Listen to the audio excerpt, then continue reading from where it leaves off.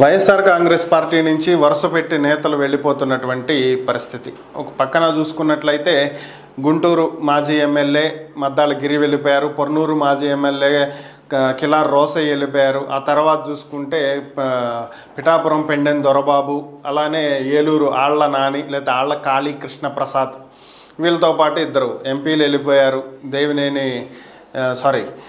ఈయన మోపిదేవి వెంకటరమణ, అలాగే మరొక మా బీద మస్తానరావు. సో వీళ్ళు వెళ్ళిపోవడం జరిగింది. సో వీళ్ళతో పాటుగా ఒక పక్కన చూస్తే జెడ్పీటీసీ చైర్మన్లు వెళ్ళిపోతున్నారు, మున్సిపల్ కార్పొరేటర్లు వెళ్ళిపోతున్నారు, ఎంపీపీలు వెళ్ళిపోతున్నారు. వరుస పెట్టి వైసీపీ ఖాళీ అవుతున్నటువంటి పరిస్థితి. దీంతో వైసీపీలో ఉన్నటువంటి కొంతమంది ముఖ్య నేతలకు అసలు పార్టీ పరిస్థితి ఏమవుతుంది, జగన్ దీన్ని అసలు ఎందుకు పట్టించుకోవట్లేదని చెప్పి మాట్లాడుకుంటున్నటువంటి పరిస్థితి. ఇవన్నీ ఒక ఎత్తు అయితే ఈరోజు ఒక మాజీ మంత్రి వైసీపీని వీడబోతున్నట్లుగా తెలుస్తుంది. ఆయన టీడీపీలో చేరబోతున్నారనేది సమాచారం.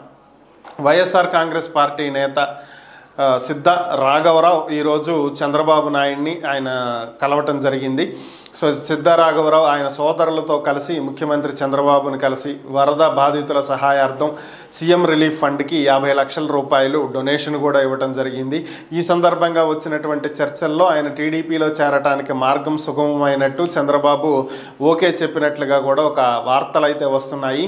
సో త్వరలోనే సిద్ధ రాఘవరావు టీడీపీలో చేరటం లాంఛనం కాబోతుంది. ఆయన గతంలో కూడా టీడీపీ నేతే 2014లో చంద్రబాబు క్యాబినెట్లో మంత్రిగా చేశారు. తర్వాత ఆయన వైసీపీలోకి రావడం జరిగింది. మరలా తిరిగి టీడీపీలోకే వెళ్ళబోతున్నటువంటి పరిస్థితి.